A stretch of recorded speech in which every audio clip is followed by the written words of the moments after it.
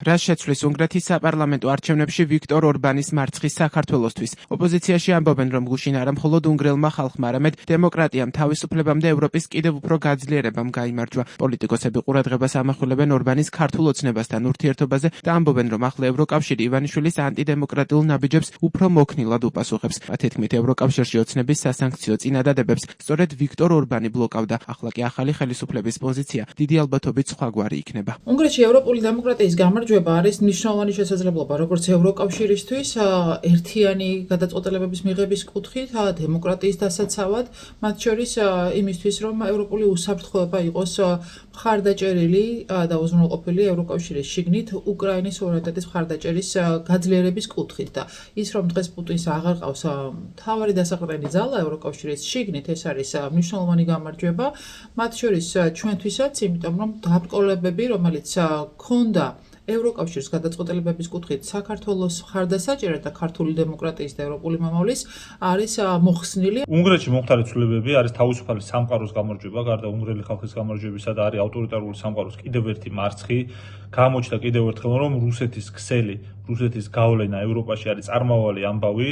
და აუცილებლად ეს უნდა იყოს გადამდები ეფექტის მქონე, მათ შორის საქართველოსაც, რაც შეეხება მთავარ ასე ვთქვათ მონაგარს, რაც იქნება აი ამ გამარჯვების შემდგომ ჩვენთვის, უკრაინელებისთვის, თავისუფალი სამყაროსთვის, ეს არის რა თქმა უნდა ევროკავშირის უფრო მეტი ეფექტურობა, უფრო მეტი მოქნილობა, უფრო მეტი სისწრაფე გადაწყვეტილების მიღების უკრაინის დახმარებასთან მიმართებაში, მათ შორის საქართველოსთან დაკავშირებით, იმიტომ რომ ჩვენ ვიცით, რომ რა თქმა უნდა წლიხის გაძლიერება ბევრად უფრო ეფექტურად მოხდება, სწრაფად მოხდება, როცა ორბანი აღარ დაბლოკავს ევროკავშირის წინადადებებს, მათ შორის პუტინის რეჟიმის წინააღმდეგ, მათ შორის ივანიშვილის რეჟიმის წინააღმდეგ. უნგრელ ხალხს საპარლამენტო არჩევნებში პიტერ მადიარის ლიდერობით პარტია ტისას გამარჯვებას ულოცავს ოპოზიციის ალიანსი. 9 პარტიის ერთობა იმედს გამოთქვამს, რომ ახალი ხელისუფლების პირობებში თავისუფალ სამყაროში პუტინის რუსეთისთვის სასარგებლო ძალების გავლენა არსებითად შესუსტდება და უსაფრთხოების სფეროში თავისუფალ ერთა თანამშრომლობა გაღრმავდება.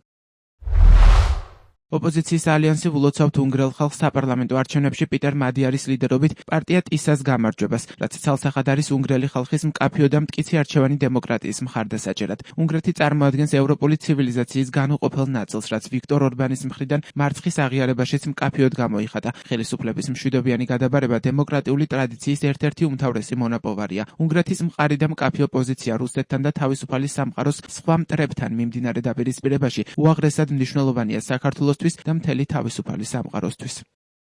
უნგრეთში გამართულ არჩევნებთან დაკავშირებით დღეს საგანგებო განცხადება გაკეთდა ლელოში. გრიგოლ გეგელიას თქმით, გუშინდელმა დღემ დაადასტურა, რომ ავტოკრატიული რეჟიმების არჩევნებით დამარცხება შესაძლებელია. დღეს შეგვიძლია ვთქვათ, რომ უნგრეთმა იზეიმა გაიმარჯვა და დაუბრუნდა თავისუფალი ევროპის წიაღს. გუშინდელმა დღემ დაადასტურა, რომ ავტოკრატიული რეჟიმებიც დიახაც სრულდებიან არჩევნების გზით. გუშინ უნგრელმა ერმა არჩევში ტრიუმფალურად დაასრულა რეჟიმი, რომელიც ბევრად უფრო ძლიერი, ნიჭიერი და გავლენიანი იყო, ვიდრე არის კოცური ოცნება. სრული უთანასწორობის ერთ პარტიაზე მორგებული სახელმწიფო აპარატის, წინასწარ გაყალბებული სისტემის, კოლოსალური ადმინისტრაციული რესურსის, პრივატიზებული კონსტიტუციის, კორუფციულად მიტაცებული ათობით მილიარდის და სრული მედია მონოპოლიის მიუხედავად ორბანის რეჟიმი იქნა სასტიკად განადგურებული, რადგან ბრძოლას ყოველთვის აქვს აზრი. პეტერ მადიარს არჩევნებში გამარჯვებას ულოცავს და ვიქტორ ორბანს მადლობას უხდის ირაკლი კობახიძე. ოცნების პრემიერის მოკლე განცხადება დღეს მთავრობის Facebook გვერდზე გამოქვეყნდა.